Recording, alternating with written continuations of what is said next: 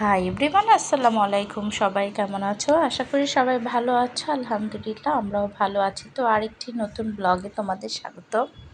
আমার এর আগের ব্লগটা যারা দেখেছো তারা তো দেখেছোই যে আমরা বিক্রমপুরে আমার শ্বশুর বাড়িতে গিয়েছি, আর সেখান থেকে আবার আমরা জমিদার যদুনাথ রায়ের বাড়িতে গিয়েছিলাম। তো সেখানে ঘোরাঘুরি করে আমরা আবার বাড়ির উদ্দেশ্যে রওনা দিলাম। তো বাসায় চলে এসেছি, আর এসে এত গরম ছিল, তো আমরা সবাই মিলে একটু কোল্ড ড্রিঙ্কস খেয়ে নিচ্ছিলাম।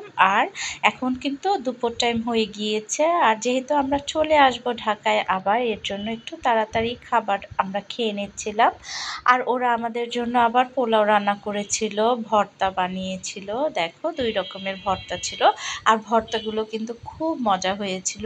ডিম রান্না করেছিল, সিদ্ধ করে ভেজে নিয়েছিল ডিম, রোস্ট রান্না করেছিল, শুটকি দিয়ে শাক দিয়ে রান্না করেছিল, আর মুরগি দিয়ে আলু দিয়ে ঝোল ঝোল একটা তরকারি রান্না করেছিল। আসলে খাবারগুলো কিন্তু খুব মজা হয়েছিল। আর দেখো, এই যে আমার ছোট রাজকন্যা কিন্তু লাইক দিয়ে দিচ্ছিল।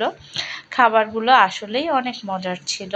আর আমি কিন্তু গ্রামে গেলে সব সময় একটু বেশি খেয়ে ফেলি, আর খাওয়ার পর কিন্তু অনেক অস্থির লাগে। তারপরেও কিন্তু একদিন তো খেলে কোনো সমস্যা নেই, তো খেয়ে নেই, কিন্তু ভালোই লাগে সবাই একসাথে মিলে খেতেও কিন্তু অন্যরকম একটা মজা লাগে। আর দেখো, এই যে আলু দিয়ে মুরগির মাংসটাও কিন্তু অনেক মজা হয়েছিল।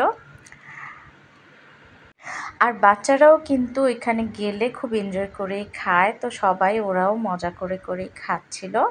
আর আমারটা এই যে মাংসটা কিন্তু অনেক মজা হয়েছিল, আর আমি খেয়ে নিচ্ছিলাম। আর এই মরিচটা কিন্তু গাছের মরিচ ছিল, তো এই মরিচ দিয়েই খাচ্ছিলাম।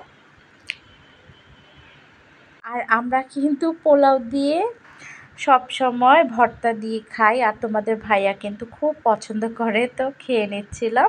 আর খাওয়া দাওয়া শেষ করে এখন কিন্তু বিদায়ের পালা। তো আমরা কিন্তু সবাই বের হয়ে গিয়েছি, আর অনেক গরম ছিল, এর জন্য ভাবলাম যে একটু আগে এগিয়ে যাব।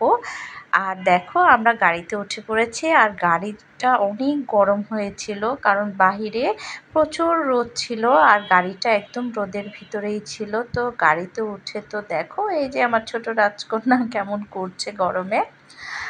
আর গরমে একটু আইসক্রিম খেলে তো ভালোই লাগে। তো তোমাদের ভাইয়া কিন্তু আবার আইসক্রিম নিয়ে এসেছিল, আর আমি কিন্তু এই ললি আইসক্রিমটা খুব পছন্দ করি, তো আমার জন্য ললি নিয়ে এসেছিল, আর তাদের জন্য স্লাইম কোন নিয়ে এসেছিল। তো যে যেটা খাবে সেটাই বেছে নিচ্ছিলাম। আর গরমে আইসক্রিম খেলে কিন্তু খুব ভালো লাগে, আমার তো খুব ভীষণ ভালো লাগে। আর বাচ্চারা তো আইসক্রিম পেলে খুশি হয়ে যায়, তো সবাই মিলে খাচ্ছিলাম।